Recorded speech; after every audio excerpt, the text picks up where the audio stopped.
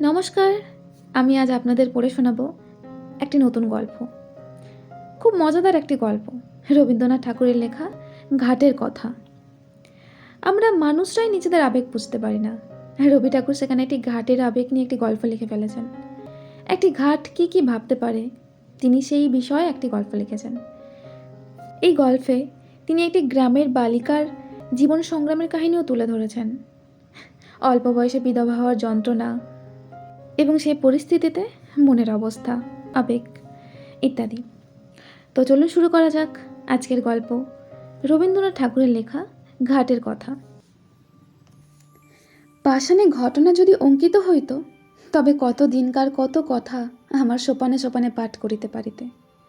পুরাতন কথা যদি শুনিতে চাও, তবে আমার এই ধাপে বইস, মনোযোগ দিয়া জলকল্লোলে কান পাতিয়া থাকো। বহু দিনকার কত বিস্মৃতি, কত কথা শুনিতে পাইবে। আমার আরেক দিনের কথা মনে পড়িতেছে। সেও ঠিক এই রূপ দিন। আশ্বিন মাস পড়িতে আর 2-4 দিন বাকি আছে। ভোরের বেলায় অতি ঈষৎ মধুর নবীন শীতের বাতাস নিদ্রতীর্থের দেহে নতুন প্রাণ আনিয়া দিতেছে। তরুবল্লভ অমনি একটু একটু শিহরিয়া উঠিতেছে। ভরা গঙ্গা আমার 4টি ধাপ মাত্র জলের ওপরে জাগিয়া আছে। জলের সঙ্গে স্থলের সঙ্গে যেন গলাগলি। তীরে আম্রকাননের নিচে যেখানে কচুবন জন্মিয়াছে, সেখান পর্যন্ত গঙ্গার জল গিয়াছে। নদীর ওই বাঁকের কাছে 3টে পুরাতন ইটের পাঁজা চারিদিকে জলের মধ্যে জাগিয়া রহিয়াছে। জেলেদের যে নৌকাগুলি ডাঙ্গায় বাবলা গাছের গুঁড়ির সঙ্গে বাঁধা ছিল, সেগুলি প্রভাতে জোয়ারের জলে ভাসিয়া উঠিয়া টলমল করিতেছে। দুরন্ত যৌবন জোয়ারের জল রঙ্গ করিয়া তাহাদের 2 পাশে ছল ছল আঘাত করিতেছে। তাহাদের কর্ণ ধরিয়া মধুর পরিহাসে নাড়া দিয়া যাইতেছে। ভরা গঙ্গার উপরে শরৎ প্রভাতের যে রৌদ্র পড়িয়াছে, তাহার কাঁচা সোনার মতো রং, চাঁপা ফুলের মতো রং। রৌদ্রের এমন রং আর কোনো সময় দেখা যায় না। চড়ার উপরে কাশবনের উপর রৌদ্র পড়িয়াছে। এখনো কাশফুল সব ফুটে নাই, ফুটিতে আরম্ভ করিয়াছে মাত্র। রাম রাম বলিয়া মাঝিরা নৌকা খুলিয়া দিল। পাখিরা যেমন আলোতে পাখা মেলিয়া আনন্দে নীল আকাশে উড়িয়াছে, ছোট ছোট নৌকাগুলি তেমনই ছোট ছোট পায়েল ফুলাইয়া সূর্য কিরণে বাহির হইয়াছে। তাহাদের পাখি বলিয়া মনে হয়। তাহারা রাজহাঁসের মতো জলে ভাসিতেছে, কিন্তু আনন্দে পাখা দুটি আকাশে ছড়াইয়া দিয়াছে। ভট্টাচার্য মহাশয় ঠিক নিয়মিত সময় কোষাকুষি লইয়া স্নান করিতে আসিয়াছেন। মেয়েরা 2-1 করিয়া জল লইতে আসিয়াছে। সে বড় বেশি দিনের কথা নয়, তোমাদের অনেক দিন বলিয়া মনে হইতে পারে, কিন্তু আমার মনে হইতেছে এই সেদিনের কথা। হ্যাঁ, আমার দিনগুলি কিনা গঙ্গা স্রোতের ওপর খেলাইতে খেলাইতে ভাসিয়া যায়। বহুকাল ধরিয়া স্থিরভাবে তাহাই দেখিতেছি। এই জন্য সময় বড় দীর্ঘ বলিয়া মনে হয় না। আমার দিনের আলো, রাত্রের ছায়া প্রতিদিন গঙ্গার উপরে পড়ে, আবার প্রতিদিন গঙ্গার উপর হইতে মুছিয়া যায়। কোথাও তাহাদের ছবি রাখিয়া যায় না। সেই জন্য যদিও আমাকে বৃদ্ধের মতো দেখিতে হইয়াছে, আমার হৃদয় চিরকাল নবীন। বহু বৎসরের স্মৃতি শৈবাল ভারে আচ্ছন্ন হইয়া আমার সূর্যকিরণ মায়া পড়ে নাই। 2 বাত একটা ছিন্ন শৈবাল ভাসিয়া আমার গায়ে লাগিয়া থাকে, আবার স্রোতে ভাসিয়া যায়। তাই বলিয়া যে কিছু নাই এমন বলিতে পারি না। যেখানে গঙ্গার স্রোত পৌঁছায় না, সেখানে আমার ছিদ্রে ছিদ্রে যে লতা গুণব শৈবাল জন্মিয়াছে, তাহারাই আমার পুরাতনের সাক্ষী। তাহারাই পুরাতন কালকে স্নেহ পাশে বাঁধিয়া চিরদিন শ্যামল মধুর, চিরদিন নূতন করিয়া রাখিয়াছে। গঙ্গা প্রতিদিন আমার কাজ হইতে 1-1 ধাপ সরিয়া যাইতেছেন, আমিও 1-1 ধাপ করিয়া পুরাতন হইতেছি। চক্রবর্তীদের বাড়ির ওই যে বৃদ্ধা স্নান করিয়া নামাবলী গায়ে কাঁপিতে কাঁপিতে মালা জপিতে জপিতে বাড়ি ফিরিয়া যাইতেছেন, উহার মাতামহী তখন এতটুকু ছিল। আমার মনে আছে, তাহার এক খেলা ছিল। সে প্রত্যহ একটা ঘৃতকুমারীর পাতা গঙ্গার জলে ভাসাইয়া দিত। আমার দক্ষিণ বাহুর কাছে একটা পাকের মতো ছিল, সেইখানে পাতাটা ক্রমাগত ঘুরিয়া ঘুরিয়া বেড়াইত। সে কলসি রাখিয়া দাঁড়াইয়া তা দেখিত। যখন দেখিলাম কিছুদিন বাদে সেই মেয়েটির আবার ডাগর হইয়া উঠিয়া তাহার নিজের একটি মেয়ের সঙ্গে লইয়া জল লইতে আসিল, সে মেয়েও আবার বড় হইল। বালিকারা জল ছুঁড়িয়া দুরন্তমানা করিলে তিনিও আবার তাহাদিগকে শাসন করিতেন ও ভদ্রচিত ব্যবহার শিক্ষা দিতেন। তখন আমার সে ঘৃতকুমারীর নৌকা ভাসানোর কথা মনে পড়িত ও বড় কৌতুক বোধ হইত। যে কথাটা বলবো বলে মনে করি, সে আর আসে না। একটা কথা বলিতে বলিতে স্রোতে আর একটা কথা ভাসিয়া আসে, কথা আসে কথা যায়, ধরিয়া রাখিতে পারি না। কেবল এক একটা কাহিনী সেই ঘৃতকুমারী নৌকাগুলোর মতো পাকে পড়িয়া অবিশ্রাম ফিরিয়া ফিরিয়া আসে। তেমন একটা কাহিনী তার পসরা লইয়া আজ আমার কাছে ফিরিয়া ফিরিয়া বেড়াইতেছে, কখন ডোবে কখন ডোবে। পাতাটুকুরি মতো সে অতি ছোট, তাহাতে বেশি কিছু নাই, দুটি খেলার ফুল আছে। তাহাকে ডুবিতে দেখিলে কোমল প্রাণা বালিকা কেবলমাত্র একটি দীর্ঘ নিঃশ্বাস ফেলিয়া বাড়ি ফিরিয়া যাইবে। মন্দিরের পাশে যেখানে ওই গোসাইদের গোয়াল ঘরের বেড়া দেখিতেছ, ওইখানে একটি বাবলা গাছ ছিল। তাহারই তলায় সপ্তাহে একদিন করিয়া হাট বসিত। তখনও গোসাইরা এখানে বসত করে নাই। যেখানে তাহাদের চণ্ডীমণ্ডপ পড়িয়াছে, ওইখানে একটা গোলপাতার ছাউনি ছিল মাত্র। ওই যে অসুস্থ গাছ, আজ আমার পঞ্জরে পঞ্জরে বাহু প্রসারণ করিয়া সুবিকট সুদীর্ঘ কঠিন অঙ্গুলি জালের ন্যায় শিকড়গুলির দ্বারা আমার বিদীর্ণ পাষাণ প্রাণ মুঠা করিয়া রাখিয়াছে। এই তখন এতটুকু একটুখানি চারা ছিল মাত্র। কচি কচি পাতাগুলি লইয়া মাথা তুলিয়া উঠিতেছিল। রৌদ্র উঠিলে ইহার পাতার ছায়াগুলি আমার ওপর সমস্ত দিন ধরিয়া খেলা করিত। ইহার নবীন শিকড়গুলি শিশুর অঙ্গুলির ন্যায় আমার বুকের কাছে কিলবিল করিত। কেহ ইহার একটি পাতা ছিঁড়িলে আমার ব্যথা বাজিত। যদিও বয়স অনেক হইয়াছিল, তবু তখনও আমি সিধা ছিলাম। আজ যেমন মেরুদণ্ড ভাঙ্গিয়া অষ্টাবক্রের মতো বাঁকিয়া চুরিয়া গিয়াছি, গভীর ত্রিবলী রেখার মতো সহস্র জায়গায় ফাটল ধরিয়াছে। আমার গর্ভের মধ্যে বিশ্বের ভেগ তাহাদের শীতকালের সুদীর্ঘ নিদ্রার আয়োজন করিতেছে, তখন আমার সে দশা ছিল না। কেবল আমার বাম বাহুর বাহিরের দিকের দুখানি ইটের অভাব ছিল। সেই গর্তটির মধ্যে একটা ফিঙে বাসা করিয়াছিল। ভোরের বেলায় যখন সে উসুখুসু করিয়া জাগিয়া উঠিত, মৎস্যপুচ্ছের ন্যায় তাহার জোড়া পুচ্ছ দুই চারিবার দ্রুত নাচাইয়া দিয়া শীষ দিয়ে আকাশে উড়িয়া যাইত, তখন জানিতাম কুসুমের ঘাটে আসিবার সময় হইয়াছে। যে মেয়েটির কথা বলিতেছি, ঘাটের অন্যান্য মেয়েরা তাহাকে কুসুম বলিয়া ডাকিত। বোধ করি কুসুমই তাহার নাম হইবে। জলের উপরে যখন কুসুমের ছোট্ট ছায়াটি পড়িত, তখন আমার স্বাদ যাইত। সে ছায়াটি যদি ধরিয়া রাখিতে পারি, সে ছায়াটি যদি আমার পাষাণে বাঁধিয়া রাখিতে পারি, এমনই তাহার একটি মাধুরী ছিল। সে যখন আমার পাষাণের উপর পা ফেলিত ও তাহার চার কাছি মল বাজিতে থাকিত, তখন আমার শৈবাল গুল্মগুলি যেন পুলকিত হইয়া উঠিত। কুসুম যে খুব বেশি খেলা করিত বা গল্প করিত বা হাসি তামাশা করিত তাহা নহে। তথাপি আশ্চর্য এই, তার যত সঙ্গিনী এমন আর কাহারও নয়। যত দুরন্ত মেয়েদের তাহাকে না হইলে চলিত না। কেহ তাহাকে বলিত কুশি, কেহ তাহাকে বলিত খুশি, কেহ তাহাকে বলিত রাক্ষসী। তাহার মা তাহাকে বলিত কুসমি। যখন তখন দেখিতাম কুসুম জলের ধারে বসিয়া আছে। জলের সঙ্গে তাহার হৃদয়ের সঙ্গে বিশেষ যেন কি মিল ছিল। সে জল ভারী ভালোবাসিত। কিছুদিন পরে কুসুমকে আর দেখিতে পাই না। ভুবন আর স্বর্ণ ঘাটে আসিয়া কাঁদিত। শুনিলাম তাহাদের খুশি খুশি রাক্ষসীকে শ্বশুরবাড়ি লইয়া গিয়াছে। শুনিলাম যেখানে তাহাকে লইয়া গিয়াছে সেখানে নাকি গঙ্গা নাই। সেখানে আবার কারা সব নতুন লোক, নূতন ঘরবাড়ি, নূতন পথঘাট। জলের পদ্মটিকে কে যেন ডাঙায় রোপণ করিতে লইয়া গেল। ক্রমে কুসুমের কথা একেবারে ভুলিয়া গেছি। 1 বৎসর হইয়া গেছে। ঘাটের মেয়েরা কুসুমের গল্পও বড় করে না। একদিন সন্ধ্যার সময় বহুকালের পরিচিত পায়ের স্পর্শে সহসা যেন চমকে গেলাম। মনে হলো যেন কুসুমের পা। তাহাই বটে, কিন্তু সে পায়ে মল আর বাজিতেছে না। সে পায়ের সে সঙ্গীত আর নাই। কুসুমের পায়ের স্পর্শ ও মলের শব্দ চিরকাল একত্র অনুভব করিয়া আসিতেছি। আজ সহসা সেই মলের শব্দটি না শুনিতে পাইয়া সন্ধ্যাবেলাকার জলের কল্লোল কেমন বিষণ্ণ শুনাইতে লাগিল। আম্রবনের মধ্যে পাতা ঝরঝর করিয়া বাতাস কেমন হাহা করিয়া উঠিল। কুসুম বিধবা হইয়াছে। শুনিলাম তাহার স্বামী বিদেশে চাকরি করিত। 2-1 দিন ছাড়া স্বামীর সহিত সাক্ষাৎ হয় নাই। পত্রযোগে বৈধবের সংবাদ পাইয়া 8 বৎসরের বয়সে মাথায় সিঁদুর মুছিয়া গায়ের গহনা ফেলিয়া আবার তাহার দেশে সেই গঙ্গার ধারে ফিরিয়া আসিয়াছে। কিন্তু তাহার সঙ্গিনীদেরও বড় কেহ নাই। ভুবন, স্বর্ণ, অমলা শ্বশুর ঘর করিতে গিয়াছে। কেবল শরৎ আছে, কিন্তু শুনিতেছি অগ্রহায়ণ মাসে তাহারও বিবাহ হইয়া যাইবে। কুসুম নিতান্ত একলা হইয়া পড়িয়াছে।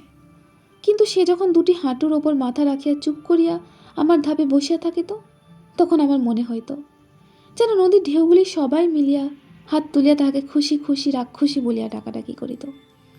বর্ষার আরম্ভে গঙ্গা যেমন প্রতিদিন দেখিতে দেখিতে ভরিয়া ওঠে, কুসুম তেমনি দেখিতে দেখিতে প্রতিদিন সৌন্দর্যে যৌবনে ভরিয়া উঠিতে লাগিল।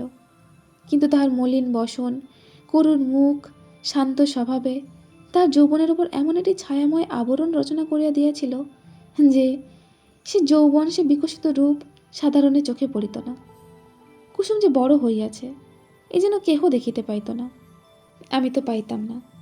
আমি কুসুমকে সে বালিকাটির চেয়ে বড় কখনো দেখি নাই। তাহার মল ছিল না বটে, কিন্তু সে যখন চলিত আমি সেই মলের শব্দ শুনিতে পাইতাম। এমনি করিয়া 10 বৎসর কাটিয়া গেল। গায়ের লোকেরা কেহ যেন জানিতেই পারিল না। এই আজ যেমন দেখিতেছ, সে বৎসর ভাদ্র মাসের শেষাশেষি এমন একদিন আসিয়াছিল। তোমাদের প্রপিতামহীরা সেদিন সকালে উঠিয়া এমনই তর মধুর সূর্যের আলো দেখিতে পাইয়াছিলেন। তাহারা যখন এতখানি ঘোমটা টানিয়া কলসি তুলিয়া লইয়া আমার ওপরে প্রভাতের আলো আরও আলোময় করিবার জন্য গাছপালার মধ্য দিয়া গ্রামের উঁচু নিচু রাস্তার ভিতর দিয়া গল্প করিতে করিতে চলিয়া আসিতেন, তখন তোমাদের সম্ভাবনাও তাহাদের মনের এক পার্শ্বে উদিত হইত না। তোমরা যেমন ঠিক মনে করিতে পারো না, তোমাদের দিদিমারাও সত্য সত্যই একদিন খেলা করিয়া বেড়াইতেন। আজিকার দিন যেমন সত্য, যেমন জীবন্ত, সেদিনও ঠিক তেমনই সত্য ছিল। তোমাদের মতো তরুণ হৃদয়খানি লইয়া সুখে দুঃখে তাহারা তোমাদেরই মতো টলমল করিয়া দুলিয়াছেন। তেমনি আজিকার এই শরতের দিন তাহারা হীন, তাহাদের সুখ দুঃখের স্মৃতিলেশ মাত্রহীন আজিকার এই শরতের সূর্য করজ্জ্বল আনন্দ ছবি তাহাদের কল্পনার নিকটে তদাপেক্ষাও অগোচর ছিল। সেদিন ভোর হইতে প্রথম উত্তরের বাতাস অল্প অল্প করিয়া বহিতে আরম্ভ করিয়া ফুটন্ত বাবলা ফুলগুলি আমার ওপরে একাত্রে উড়াইয়া ফেলিতেছিল। আমার পাষাণের উপরে একটু একটু শিশিরে রেখা পড়িয়াছিল। সেই দিন সকালে কোথা হইতে গোরতনু সৌমজ্জ্বল মুখচ্ছবি দীর্ঘকায় এক নবীন সন্ন্যাসী আসিয়া আমার সম্মুখস্থ ওই শিব মন্দিরে আশ্রয় লইলেন। সন্ন্যাসীর আগমন বার্তা গ্রামে রাষ্ট্র হইয়া পড়িল। মেয়েরা কলসি রাখিয়া বাবা ঠাকুরকে প্রণাম করিবার জন্য মন্দিরে গিয়া ভিড় করিল। ভিড় প্রতিদিন বাড়িতে লাগিল। একে সন্ন্যাসী, তাহাতে অনুপম রূপ, তাহাতে তিনি কাউকে কখনো অবহেলা করিতেন না। ছেলেদের কোলে লইয়া বসাইতেন, জননীদিগকে ঘরকন্যার কথা জিজ্ঞাসা করিতেন। নারী সমাজে অল্পকালের মধ্যেই তাহার অত্যন্ত প্রতিপত্তি হইল। তাহার কাছে পুরুষও বিস্তর আসিত। কোনোদিন ভাগবত পাঠ করিতেন, কোনোদিন ভগবত গীতার ব্যাখ্যা করিতেন, কোনোদিন মন্দিরে বসিয়া নানা শাস্ত্র লইয়া আন্দোলন করিতেন। তাহার নিকটে কেহ উপদেশ লইতে আসিত, কেহ মন্ত্র লইতে আসিত, আবার কেহ রোগের ওষুধ জানিতে আসিত। মেয়েরা ঘাটে আসিয়া বলা বলি করিত, আহা কি রূপ! মনে হয় যেন মহাদেব সশরীরে তাহার মন্দিরে আসিয়া অধিষ্ঠিত হইয়াছেন। যখন সন্ন্যাসী প্রতিদিন প্রত্যুষে সূর্যোদয়ের পূর্বে শুকতারাকে সম্মুখে রাখিয়া গঙ্গার জলে নিমগ্ন হইয়া ধীর গম্ভীর স্বরে সন্ধ্যা বন্দনা করিতেন, তখন আমি জলের কল্লোল শুনিতে পাইতাম না। তাহা সেই কণ্ঠস্বর শুনিতে শুনিতে প্রতিদিন গঙ্গার পূর্ব উপকূলের আকাশ রক্তবর্ণ হইয়া উঠিত। মেঘের ধারে ধারে অরুণ রঙের রেখা পড়িত। অন্ধকার যেন বিকশোন্মুখ কুঁড়ির আবরণ পুটের মতো ফাটিয়া চারিদিকে নামিয়া পড়িত ও আকাশ সরোবরে উষা কুসুমের লাল আভা অল্প অল্প করিয়া বাহির হইয়া আসিত। আমার মনে হইত যে এই মহাপুরুষ গঙ্গার জলে দাঁড়াইয়া পূর্বের দিকে চাইয়া যে এক মন্ত্রপাঠ করেন, তাহারই এক একটি শব্দ উচ্চারিত হইতে থাকে, আর নিশিথিনীর কুহক ভাঙিয়া যায়। চন্দ্র তারা পশ্চিমে নামিয়া পড়ে, সূর্য পূর্বাকাশে উঠিতে থাকে, জগতের দৃশ্যপট পরিবর্তিত হইয়া যায়। এ কে মায়াবী! স্নান করিয়া যখন সন্ন্যাসী হোম শিখার ন্যায় তাহার দীর্ঘ শুভ্র পুণ্য তনু লইয়া জল হইতে উঠিতেন, তাহার জটাজুট হইতে জল ঝরিয়া পড়িত, তখন নবীন সূর্যকিরণ তার সর্বাঙ্গে পড়িয়া প্রতিফলিত হইতে থাকিত।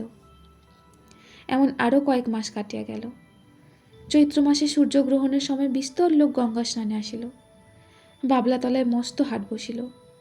এই উপলক্ষে সন্ন্যাসীকে দেখিবার জন্যেও লোক সমাগম হইল। যে গ্রামে কুসুমের শ্বশুরবাড়ি, সেখান হইতেও অনেকগুলি মেয়ে আসিয়াছিল। সকালে আমার ধাপে বসিয়া সন্ন্যাসী জপ করিতেছিলেন।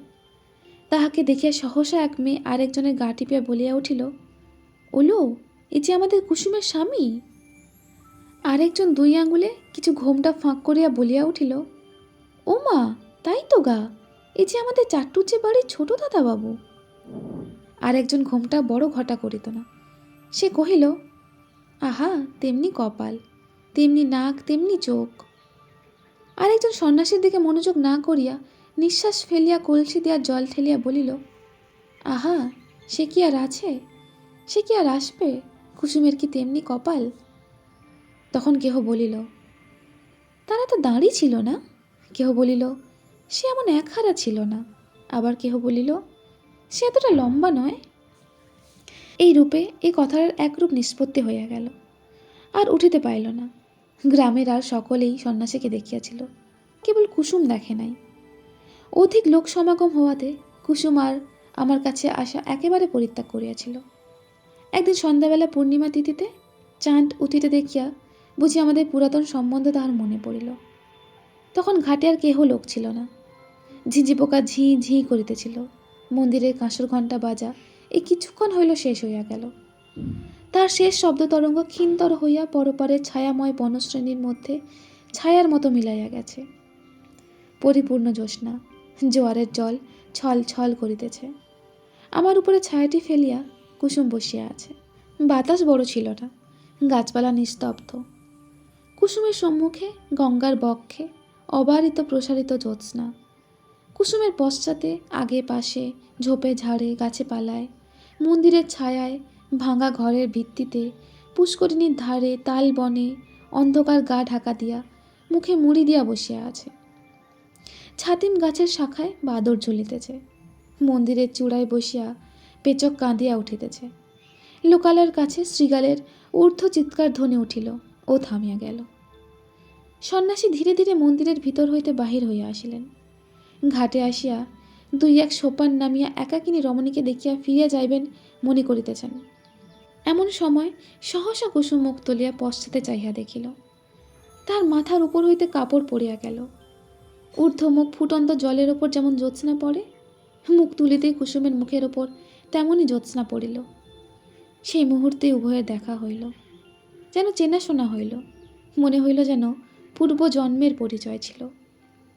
মাথার উপর দিয়া পেচক ডাকিয়া চলিয়া গেল। শব্দে সচকিত হইয়া আত্মসংবরণ করিয়া কুসুম মাথার কাপড় তুলিয়া দিল। উঠিয়া সন্ন্যাসীর পায়ের কাছে লুটাইয়া প্রণাম করিল। সন্ন্যাসী আশীর্বাদ করিয়া তাহাকে জিজ্ঞাসা করিলেন, তোমার নাম কি? কুসুম কহিল, আমার নাম কুসুম। সে রাত্রে আর কোনো কথা হইল না। কুসুমের ঘর খুব কাছেই ছিল। কুসুম ধীরে ধীরে চলিয়া গেল। সে রাত্রে সন্ন্যাসী অনেকক্ষণ পর্যন্ত আমার সোপানে বসিয়াছিলেন। অবশেষে যখন পূর্বের চাঁদ পশ্চিমে আসিল, সন্ন্যাসীর পশ্চাতের ছায়া সম্মুখে আসিয়া পড়িল, তখন তিনি উঠিয়া মন্দিরে গিয়া প্রবেশ করিলেন। তাহার পরদিন হইতে আমি দেখিতাম কুসুম প্রত্যহ আসিয়া সন্ন্যাসীর পদধূলি লইয়া যাইত। সন্ন্যাসী যখন শাস্ত্র ব্যাখ্যা করিতেন, তখন সে এক ধারে দাঁড়াইয়া শুনিত। সন্ন্যাসী প্রাতঃ সন্ধ্যা সমাপন করিয়া কুসুমকে ডাকিয়া তাহাকে ধর্মের কথা বলিতেন। সব কথা সে কি বুঝিতে পারিত, কিন্তু অত্যন্ত মনোযোগের সহিত সে চুপ করিয়া বসিয়া শুনিত। সন্ন্যাসী তাহাকে যেমন উপদেশ করিতেন, সে অবিকল তাহাই পালন করিত। প্রত্যহ সে মন্দিরের কাজ করিত, দেবসেবায় আলস্য করিত না। পূজার ফুল তুলিত, গঙ্গা হইতে জল তুলিয়া মন্দির ধৌত করিত। সন্ন্যাসী তাহাকে যে সকল কথা বলিয়া দিতেন, আমার সোপানে বসিয়া সে তাহাই ভাবিত। ধীরে ধীরে তাহার দৃষ্টি যেন প্রসারিত হইয়া গেল, হৃদয় উদ্ঘাটিত হইয়া গেল। সে যাহা দেখে নাই তাহা দেখিতে লাগিল, যাহা শোনে নাই তাহা শুনিতে লাগিল। তাহার প্রশান্ত মুখে যে একটি ম্লান ছায়া ছিল, তাহা দূর হইয়া গেল। সে যখন ভক্তিভরে প্রভাতে সন্ন্যাসীর পায়ের কাছে লুটাইয়া পড়িত, তখন তাহাকে দেবতার নিকটে উৎসর্গীকৃত শিশির ধৌত পূজার ফুলের মতো দেখাইত। একটি সুবিমল প্রফুল্লতা তাহার সর্বশরীর আলো করিয়া তুলিত। শীতকালের এই অবসান সময়ে শীতের বাতাস বয়, আবার এক একদিন সন্ধ্যাবেলায় সহসা দক্ষিণ হইতে বসন্তের বাতাস দিতে থাকে। আকাশে হিমের ভাব একেবারে দূর হইয়া যায়। অনেকদিন পরে গ্রামের মধ্যে বাঁশি বাজিয়া ওঠে, গানের শব্দ শুনিতে পাওয়া যায়। মাঝিরা স্রোতে নৌকা ভাসাইয়া দাঁড় বন্ধ করিয়া শ্যামের গান গাহিতে থাকে। শাখা হইতে শাখান্তরে পাখিরা সহসা পরম উল্লাসে উত্তর প্রত্যুত্তর করিতে আরম্ভ করে। সময়টা এইরূপ আসিয়াছে। বসন্তের বাতাস লাগিয়া আমার পাষাণ হৃদয়ের মধ্যে অল্পে অল্পে যেন যৌবনের সঞ্চার হইতেছে। আমার প্রাণের ভিতরকার সেই নব যৌবনোচ্ছ্বাস আকর্ষণ করিয়াই যেন আমার লতাগুল্মগুলি দেখিতে দেখিতে ফুলে ফুলে একেবারে বিকশিত হইয়া উঠিতেছে। এ সময় কুসুমকে আর দেখিতে পাই না। কিছুদিন হইতে সে আর মন্দিরেও আসে না, ঘাটেও আসে না। সন্ন্যাসীর কাছে তাহাকে আর দেখা যায় না। ইতিমধ্যে কি হইল আমি কিছুই জানিতে পারি নাই। কিছুকাল পরে একদিন সন্ধেবেলায় আমারই সোপানে সন্ন্যাসীর সহিত কুসুমের সাক্ষাৎ হইল। কুসুম মুখ নত করিয়া কহিল, প্রভু, আমাকে কি ডাকিয়া পাঠাইয়াছেন? সন্ন্যাসী কহিলেন, হ্যাঁ, তোমাকে দেখিতে পাই নাই কেন? আজকাল দেবসেবায় তোমার এত অবহেলা কেন? কুসুম চুপ করিয়া রহিল। সন্ন্যাসী কহিলেন, আমার কাছে তোমার মনের কথা প্রকাশ করিয়া বলো। কুসুম ঈষৎ মুখ ফিরিয়া কহিল, প্রভু, আমি পাপিয়সী, সেই জন্যই এই অবহেলা। সন্ন্যাসী অত্যন্ত স্নেহপূর্ণ স্বরে বলিলেন, কুসুম, তোমার হৃদয় অশান্তি উপস্থিত হইয়াছে, তাহা আমি বুঝিতে পারিয়াছি। কুসুম যেন চমকিয়া উঠিল। সে হয়তো মনে করিল সন্ন্যাসী কতটা না জানি বুঝিয়াছেন। তাহার চোখ অল্প অল্প জলে ভরিয়া আসিল। সে সেইখানে বসিয়া পড়িল। মুখে আঁচল ঢাকিয়া সোপানে সন্ন্যাসীর পায়ের কাছে বসিয়া কাঁদিতে লাগিল। সন্ন্যাসী কিছু দূরে সরিয়া গিয়া কহিলেন, তোমার অশান্তির কথা আমাকে সমস্ত ব্যক্ত করিয়া বলো, আমি তোমাকে শান্তির পথ দেখাইয়া দেব। কুসুম অটল ভক্তির স্বরে কহিল, কিন্তু মাঝে মাঝে থামিল, মাঝে মাঝে কথা বাঁধিয়া গেল। কহিল, আপনি আদেশ করেন তো অবশ্য বলিব, তবে আমি ভালো করিয়া বলিতে পারিব না, কিন্তু আপনি বোধ করি মনে মনে সকলেই জানিতেছেন। প্রভু, আমি একজনকে দেবতার মতো ভক্তি করিতাম, আমি তাহাকে পূজা করিতাম। সেই আনন্দে আমার হৃদয় পরিপূর্ণ হইয়াছিল। কিন্তু একদিন রাত্রে স্বপ্নে দেখিলাম যেন তিনি আমার হৃদয়ের স্বামী।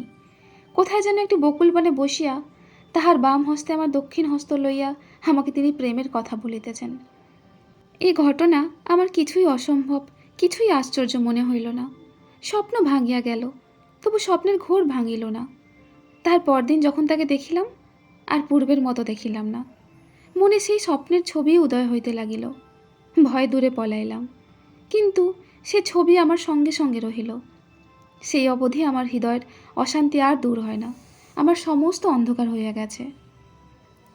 যখন কুসুম অশ্রু মুছিয়া মুছিয়া এই কথাগুলি বলিতেছিল, তখন আমি অনুভব করিতেছিলাম সন্ন্যাসী সবলে তার দক্ষিণ পদতল দিয়া আমার পাষাণ চাপিয়াছিলেন।